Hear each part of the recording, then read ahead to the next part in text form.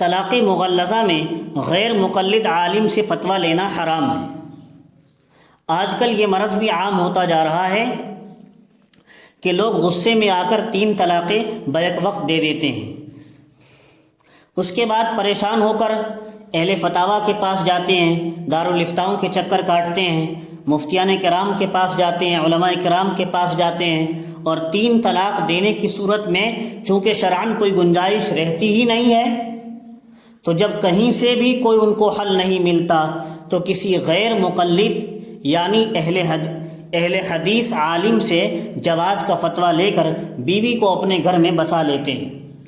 اس لیے خوب اچھی طرح ذہن میں بٹھا لیجئے کہ اپنے فائدے اور نفسانی خواہش کی خاطر اپنے مذہب کو چھوڑ کر کسی دوسرے مذہب پر عمل کرنا یہ دین و اسلام کا مذاق اڑانا ہے، اور اللہ اور اس کے رسول صلی اللہ علیہ وسلم کے حکم کو اپنی نفسانی خواہشات کے تابع بنانا ہے۔ حکم کو اپنی نفسانی خواہشات کے تابع بنانا ہے۔ قرآن میں تو فرما دیا گیا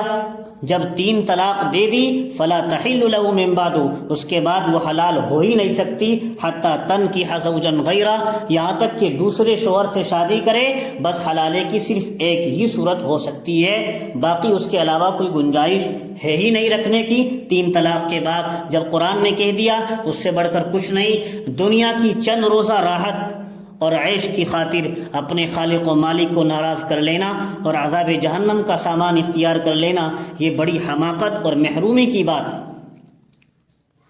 آج بہت سی مفتیان کرام کا کہنا ہے کہ امت کا ایک طبقہ ہے جو 3 طلاقیں دینے کے بعد بھی نہ کوئی حلالہ کروایا ہے شرعی، بس ایسے ہی اپنی بیویوں کو اپنے گھر میں رکھ رکھا ہے اور زناکاری کر رہے ہیں، زناکاری کا برابر ان کو گناہ مل رہا ہے۔ پوری امت کے علماء کا اجماع اور اتفاق ہے کہ نفسانی خواہش کی بنا پر کسی بھی مسئلے میں دوسرے کے مذہب کو لینا حرام ہے۔ خود غیر مقلدین کے مشہور پیشوا حافظ ابن تیمیہ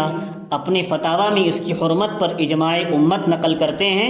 حاصل یہ ہے کہ 3 طلاقوں کے بعد کسی غیر مقلد عالم سے فتویٰ لینا باجماع امت حرام ہے، اس لیے کہ غیر مقلد اہل حدیث کے فتوے سے بیوی حلال نہیں ہوگی اور میاں بیوی دونوں عمر بھر بدکاری اور حرام کاری کے گناہ میں مبتلا رہیں گے۔ اس لیے علماء نے کہا ہے بااثر مسلمانوں پر بھی فرض ہے، جو محلے کے اندر بستی کے اندر ذمہ دار لوگ ہیں، جن کا کچھ اثر ہے، رسوخ ہے عوام کے اندر، ان مسلمانوں پر فرض ہے کہ جب ان کے پڑوس بستی گاؤں وغیرہ میں اگر ایسا کوئی واقعہ پیش آ جائے تو ان میں فوراً جدائی کروا دیں۔ جب ان کو معلوم ہو کہ طلاق 3 ہو چکی ہیں تو فوراً جدائی کروائیں، اور جب تک وہ اس حرام کاری سے باز نہیں آتے ان کے ساتھ کسی قسم کا کوئی تعلق نہ رکھیں، ورنہ دنیاوی وبال اور آخرت کے عذاب میں ان کے ساتھ وہ سب لوگ بھی شریک ہوں گے جو ان سے قطع تعلق نہیں کرتے، جو ان سے تعلق ختم نہیں کرتے اور جانتے ہیں کہ 3 طلاق دینے کے باوجود اس نے اپنی بیوی کو رکھ رکھا ہے، پھر ان سے تعلق رکھتے ہیں اور ان کو حرام کاری سے روکنے کی کوشش نہیں کرتے۔ ایسے لوگ بھی گناہ میں ساتھ ساتھ شریک ہوں گے۔ اللہ ہم سب کی حفاظت فرمائے۔